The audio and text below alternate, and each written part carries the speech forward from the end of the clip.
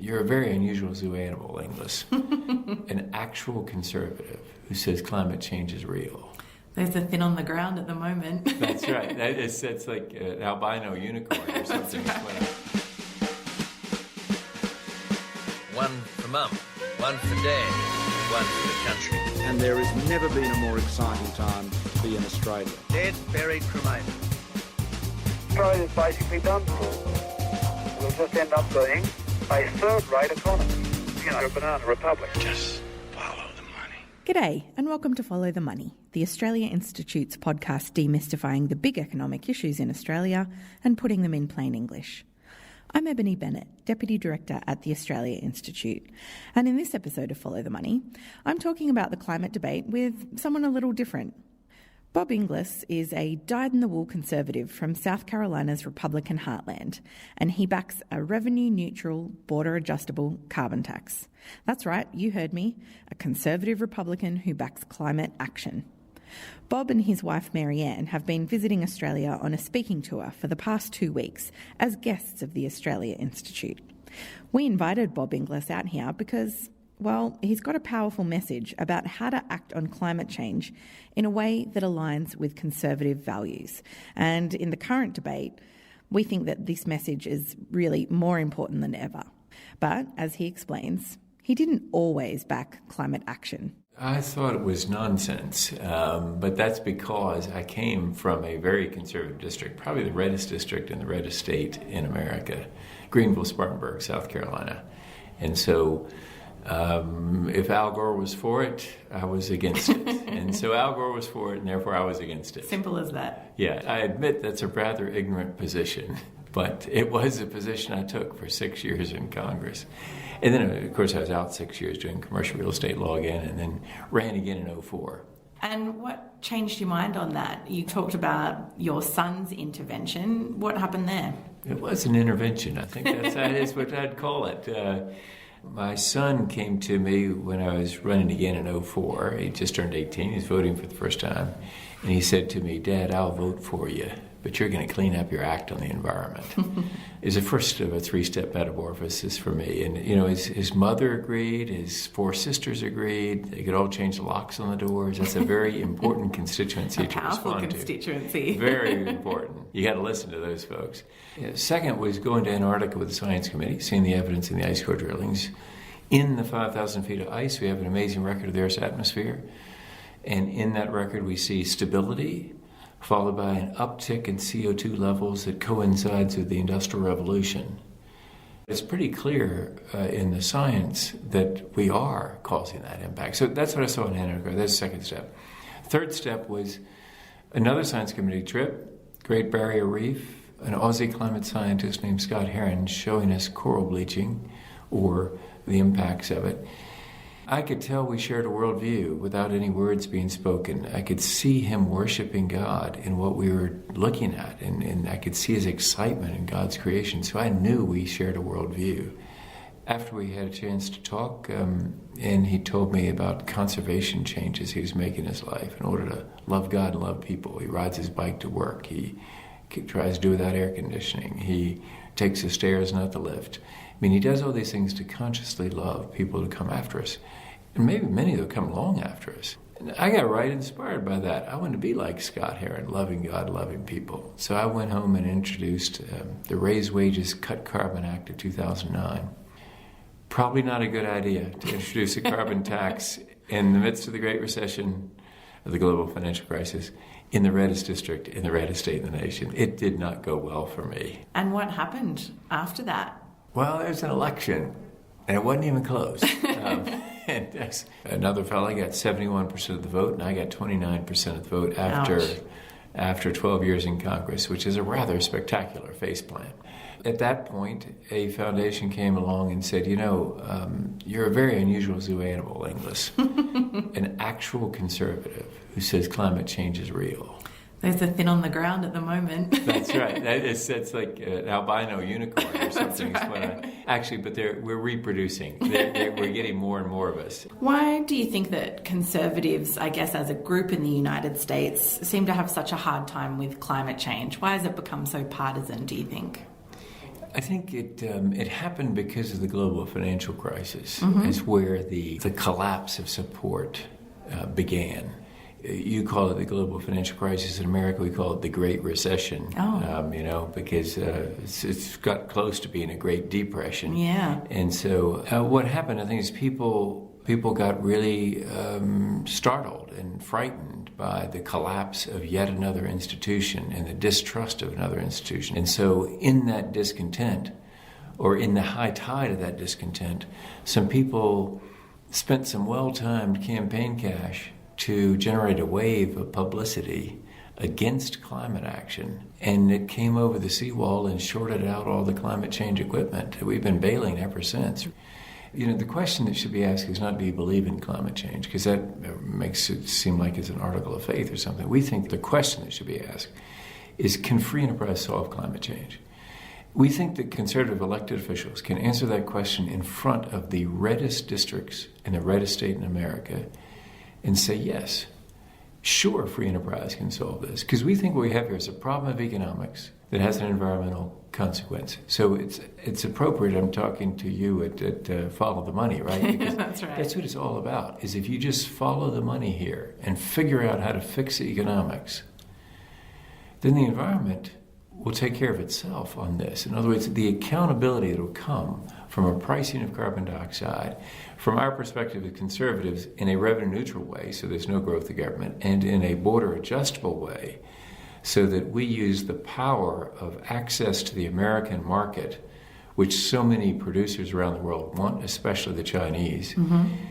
If we use that power to say to them, when you bring your goods in, we will apply our tax unless you have one back home of equal amount, in which case your goods come in without any adjustment. Using that market power and making it revenue neutral is consistent with what conservatives believe. Of course, I had to ask about President Trump. It seems impossible to think that Trump would tackle climate change.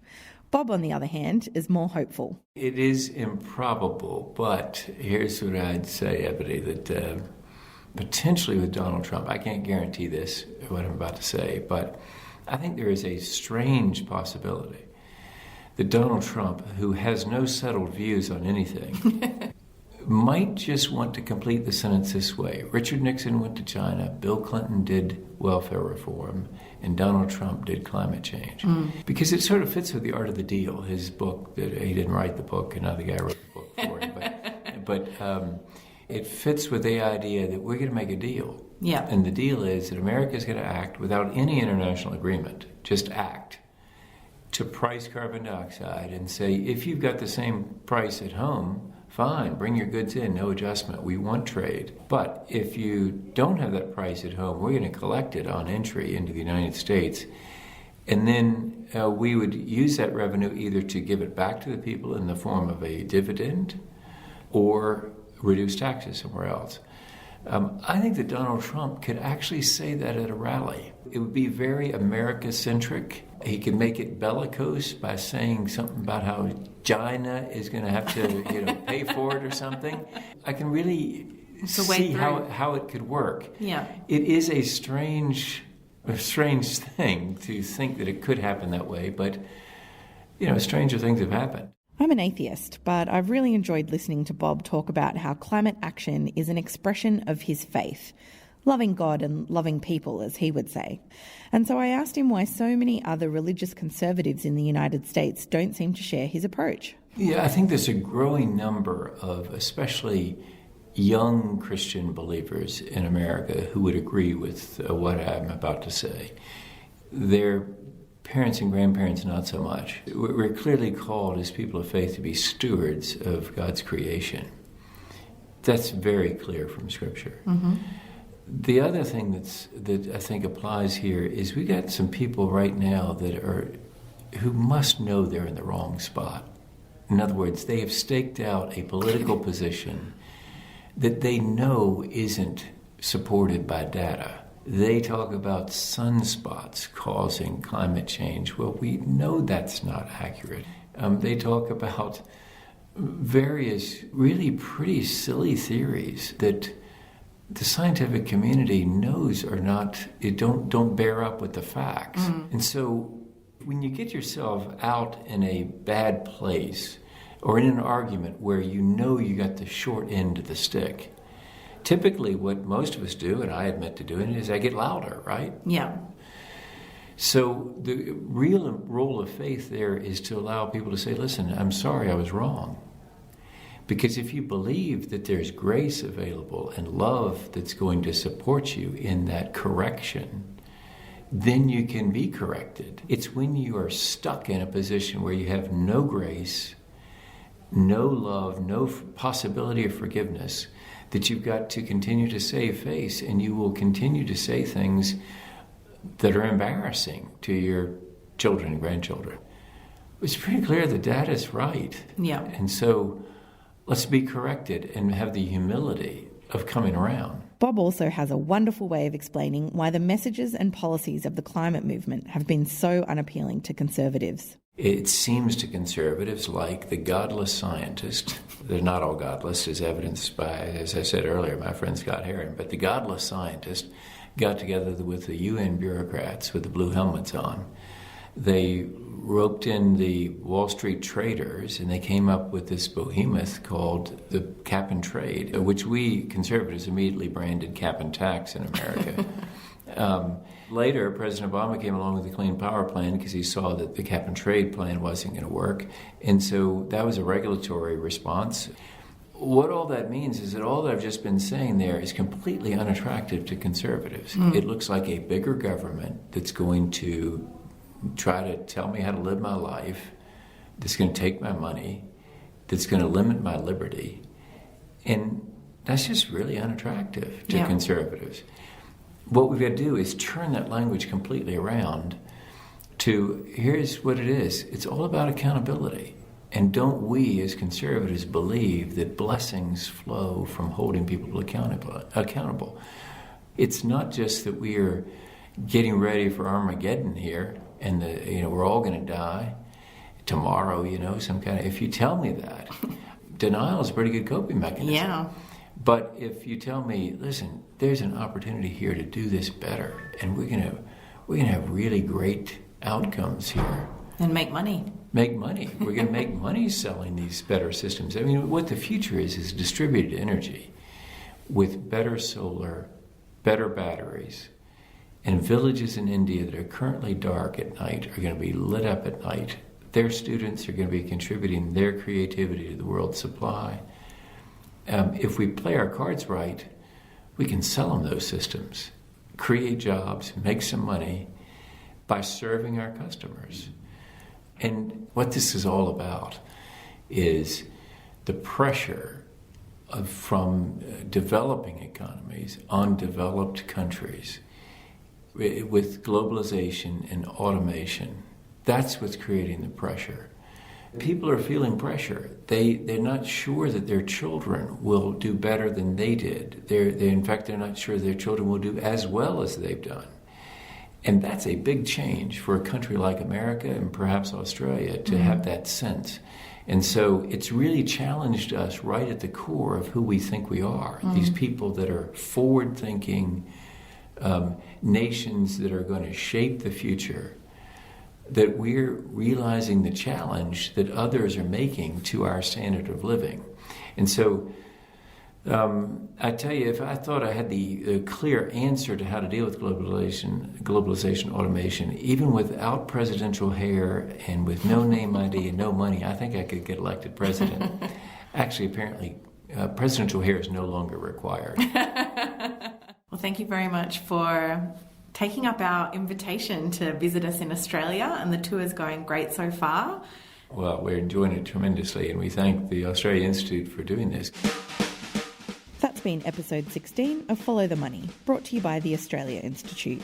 You can subscribe on iTunes or find previous episodes on our website at tai.org.au/podcasts.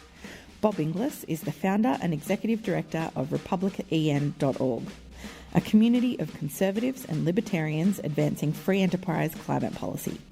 You can follow Bob on Twitter at Bob Inglis, that's INGLIS, and republicen.org @republicen. His address to the National Press Club is available on iView, and I really encourage you to check it out. You can follow me at Ebony_Bennett with a ~NTT, or the Twitter handle for the Australia Institute is the Oz Institute with an AUS. This episode was produced by Jennifer Macy. Jonathan McFeet from Pulse and Thrum composed our title track, and you can find more of his music at pulseandthrum.com. Thanks for listening.